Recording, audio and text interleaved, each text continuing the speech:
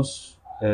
Nessa aula a gente vai falar um pouquinho sobre fundamentos de back-end, né? Especificamente falaremos um pouquinho sobre o Node e o Express, né? Como uma ferramenta para a gente produzir o nosso back-end. Então, a gente vai discutir um pouquinho hoje sobre o funcionamento da web, a gente já discutiu isso anteriormente, mas vamos relembrar e falar um pouco aqui sobre protocolos, sobre a arquitetura que a web funciona. Falaremos também sobre troca de pacote, mensagem de erro, código de erro, né, algumas coisas aí que a gente já até discutiu.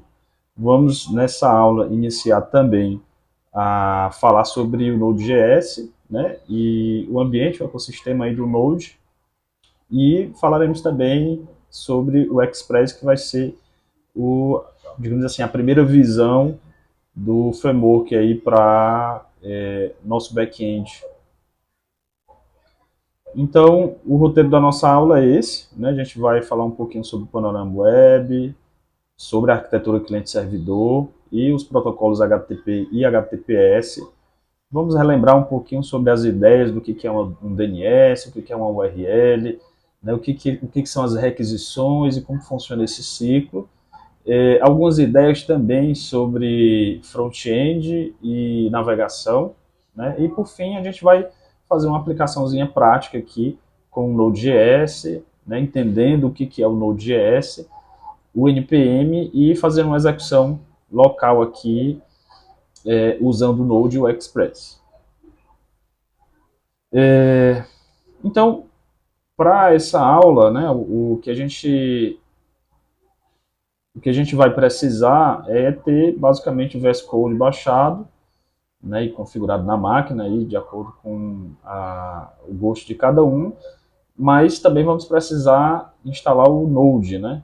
E aí com o Node vai vir um NPM, a gente vai conseguir iniciar os projetos e instalar o que é necessário. Então, primeiro passo aí, já deixem preparados aí o VS Code. Dando um contexto aí básico do que é o JavaScript, na verdade do que é o Node e em que momento ele surgiu, né? O JavaScript ele é basicamente utilizado no browser, né? Naturalmente ele é usado no browser, junto com outras tecnologias que é o HTML, o CSS, e é normalmente utilizado dentro do front-end.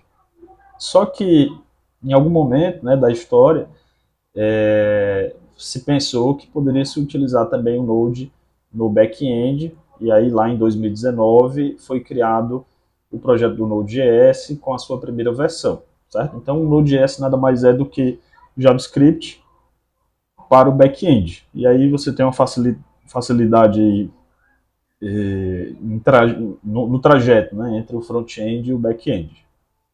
O que é front-end e back-end e, né, um pouco do que a gente discutiu já sobre isso, mas como que essas arquiteturas ela funcionam, né? Lá no front-end a gente viu que se a gente estiver dentro de uma página web, o que roda dentro do browser é HTML, CSS e JavaScript, né? Nada mais do que isso. O HTML serve como a estruturação da nossa página, o CSS um cascateamento de regras para que a gente consiga estilizar, né, e reagir a algumas mudanças, por exemplo, aí, com as medidas relativas, e o JavaScript traz às páginas web todo o poder da programação, e normalmente a gente usa ele para as interações e para se comunicar com o back-end. Então, o nosso front-end ele pode ser uma página web, mas pode ser também um aplicativo mobile, certo? Pode ser um relógio, né? Pode ser, inclusive, outro sistema tentando se comunicar com a nossa infraestrutura lá, que a gente vai chamar aqui de back-end. Nesse caso, a aplicação web ou uma aplicação mobile que se comunica com um back-end, que aí sim, no back-end eu posso ter um conjunto de endpoints, uma ou mais bases de dados, e posso ter, inclusive, uma ou mais tecnologias rodando lá no back-end, como Java, Python, C++, ou até mesmo PHP, entre outras tecnologias que a gente pode conter. A arquitetura base que a gente apresenta aqui, na verdade a gente já começou com essa arquitetura, é a arquitetura cliente-servidor. Então o cliente, lá o browser, faz a solicitação de um recurso, o servidor processa essa solicitação e responde em seguida com os dados solicitados pelo cliente, certo? Então, a arquitetura básica é essa, né? O cliente faz uma requisição, o servidor processa e responde a essa requisição. Para que essa estrutura ela funcione, ela precisa, na verdade, ela é envelopada aí com algumas tecnologias e algumas ideias aí bem interessantes dentro da arquitetura web. A primeira ideia dela é que a gente precisa de um protocolo de comunicação, de solicitação e de resposta, né, que é o protocolo HTTP. Nesse caso, o HTTP ele funciona para fazer qualquer tipo de solicitação, porém ele não tem nenhum tipo de segurança em relação ao trajeto dessa requisição, tanto da ida quanto da volta, certo? E temos também o HTTPS, que embute aí uma camada de segurança no pacote, né, na requisição do pacote, certo? Então a gente tem alguns métodos, a gente vai discutir com maior profundidade nas próximas aulas, mas um dos métodos que a gente tem é o GET, né? Normalmente quando a gente quer solicitar alguma coisa, a gente faz um GET. Quando você acessa lá alguma página na web, você está fazendo um GET, mas além do GET a gente tem um POST, tem um PUT, o PAT, o DELETE, temos aí alguns outros métodos. Além dos métodos, a gente tem os códigos de status, né? Quando a gente faz uma requisição, essa requisição ela pode ocorrer tudo bem, né? Mas ela tem alguns códigos que sugerem algumas coisas para a gente, certo? Então, por exemplo, aconteceu alguma coisa com sucesso, 200, né? Aconteceu algum erro, né? Muito provavelmente você já se deparou com esse erro 404, que é um erro, normalmente, quando você faz uma requisição em que o servidor não sabe processar exatamente a rota que você solicitou. Aí ele dá not found. Temos também erros aqui 500 e outros, né, indicam algum erro aí do servidor, ele retorna normalmente esse código. Como que funciona normalmente a arquitetura base para que a gente consiga processar essas requisições, né? E aqui a gente entra uma figura do servidor DNS. Os servidores eles precisam de um IP e de uma porta, certo? Para que a gente consiga localizá-los. Então o IP indica exatamente aonde está o servidor e a porta aonde está o serviço naquele servidor. Só que comumente a gente se utiliza de nomes para fazer essa requisição. Por exemplo, né, site.com, ou facebook.com, google.com, e esses nomes eles não são um IP, certo? Aí para que a gente consiga saber qual IP esse domínio responde, a gente precisa consultar ele a um servidor DNS, né? Então o servidor DNS, o papel dele é basicamente esse: você passa para ele o nome que você quer, o IP, e o trabalho do servidor DNS é lhe retornar exatamente o endereço de IP. E aí, a partir desse endereço de IP, você faz a sua requisição HTTP, HTTPS ao servidor e o servidor vai processar. Então é isso, né? A figura do nosso cliente faz uma requisição de uma página, de um asset, de um JavaScript, o servidor processa essa requisição e responde ao cliente. Alguns exemplos aqui de como seria uma requisição. Por exemplo, aqui a gente está fazendo uma requisição HTTP com o método GET, nesse caminho aqui, ó, /produtos /1. Né? O servidor pode retornar, por exemplo, também HTTP, a resposta 200, indicando lá o conteúdo da resposta como JSON e trazendo aqui, por exemplo, os dados de resposta.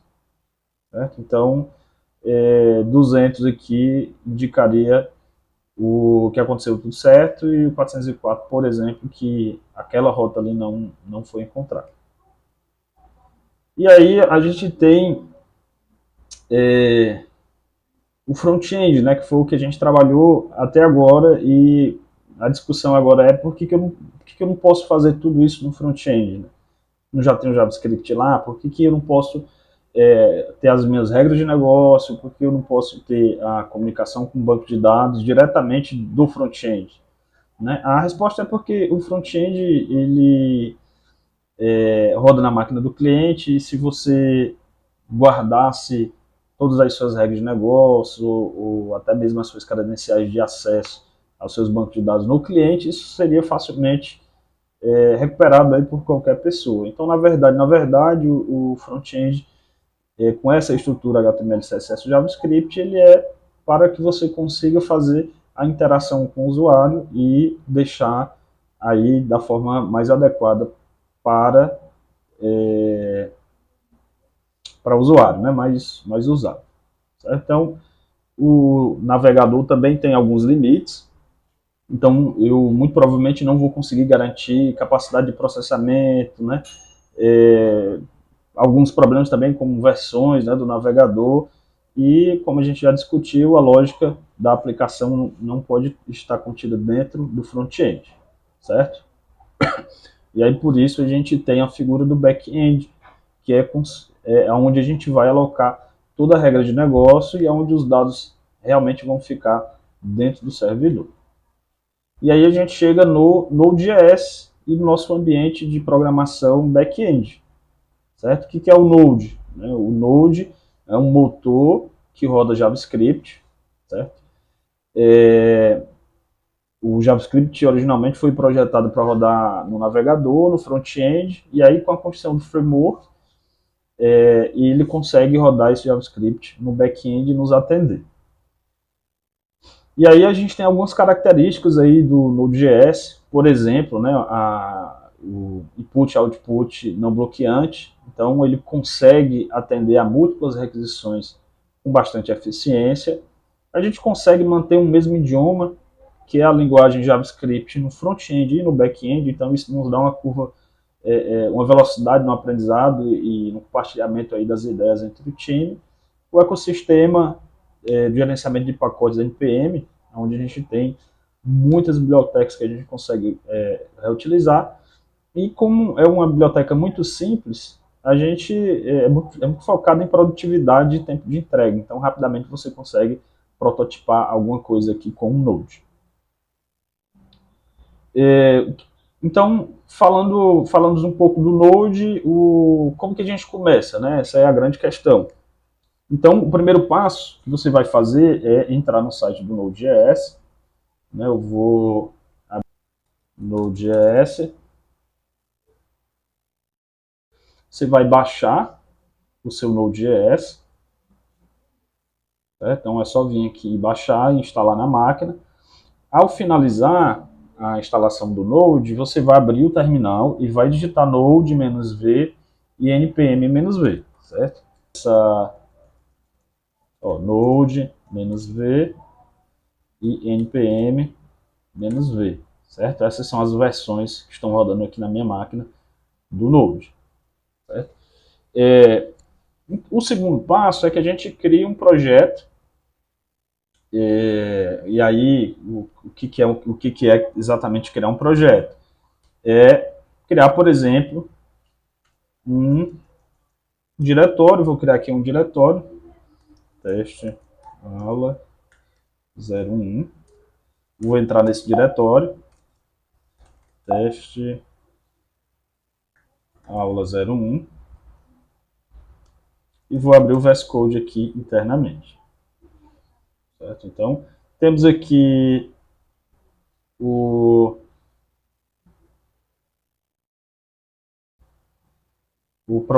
diretório criado, né? O que eu posso fazer agora é dar um npm init -y. Esse comando ele vai criar um arquivozinho chamado package.json, com algumas configurações iniciais do nosso projeto, certo? Então, esse é o primeiro passo, né, criar um diretório, em seguida, iniciar o projeto dentro desse diretório. O segundo passo, né, que a gente vai já fazer, mas a gente precisa entender o que é exatamente essa biblioteca, né, que a gente vai discutir já já, que é o Express, mas a gente, toda vez que a gente precisar instalar algum pacote, a gente usa esse comandozinho aqui, que é o npm, e o nome do pacote. E aí, a partir disso, a gente consegue instalar qualquer pacote aí dentro do nosso projeto, né? Então, a gente tem um Node aqui rodando, temos também o npm, toda vez que a gente precisar de alguma coisa, a gente vai na internet, busca esse pacote e traz para o nosso projeto, ou seja, aqui para o nosso computador. Então, vou pedir para vocês dar uma pausazinha aí no vídeo e iniciar essa atividadezinha, certo?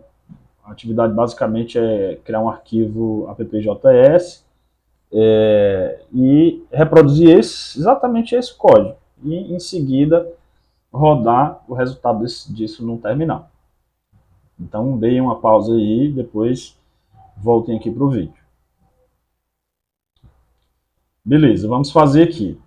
Vou criar o arquivo app.js e vou colocar um console.log olá mundo. Acho que lá é olá Node.js.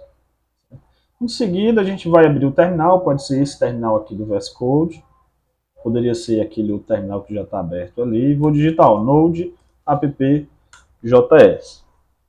E aí, sempre importante que esse projeto que você abriu aqui no VS Code, o VS Code esteja aberto nesse diretório, porque senão, na hora que você digitar aqui Node app.js, o arquivo não vai estar lá, certo? Então, o arquivo está aqui, na hora que eu executei, Node app.js, ele executou lá um console.log que basicamente me indica aqui o Node.js.